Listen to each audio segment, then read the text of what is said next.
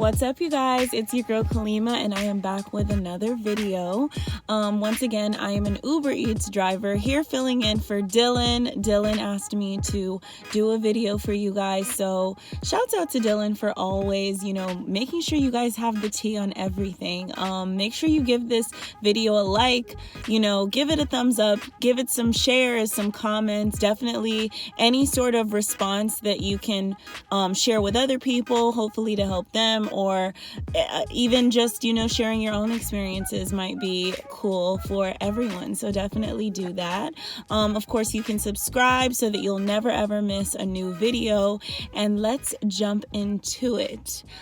Today I wanted to talk about earnings. With Uber Eats drivers, I think it definitely varies. In Los Angeles, I think there's a benefit because there's just always something going on, and there's always new food trucks and restaurants popping up. So it's really it's a great area. It's super busy, which can be annoying with the traffic, but it's a great area to work if you're trying to be active and steady and make a good income, especially as a side hustle. So when it comes to earnings, it is based on boost for me. I don't even step in my car unless I'm doing a boost time, which is usually, the breakfast time, the lunch time, and the dinner time, where Uber Eats gives you a bonus for even being out, because it's just such a high demand for Uber drivers.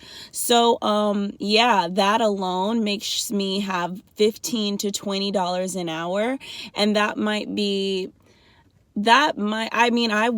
leave the day, I'll do maybe 4 hours, 5 hours, and I'll make $150 after tips. So that's pretty good. And then, I might have a slow day, but never less than 100 really. And that's just those boost hours, which are about 4-hour increments, sometimes 3, sometimes 5.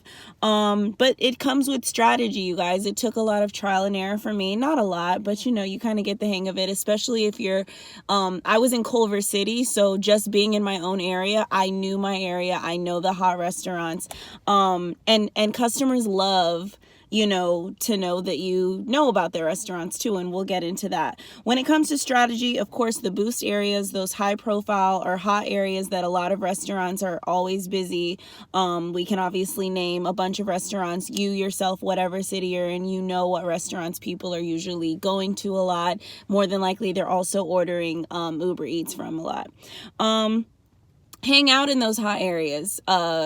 Even if it's dead, if you're not getting anything, wait 5 and 10 minutes. Sometimes restarting the app also really helps, but trust the area that is hot. Don't just leave it because it's like, oh, I drove through it, I didn't get anything. Sometimes, you'll find yourself driving through it, and then you'll be like, all right, well, I guess I'll drive somewhere else. And then you find out that you've been driving for 30 minutes, and it's like you really could have stayed there for maybe 5 or 10 more minutes and see if you can get a new delivery. Some other tips, be happy. Like I was saying, when you know that you love that restaurant that you're delivering from, show that person when you're giving them their bag, show them that you're excited, that you love that. Let them know about a special that's going on.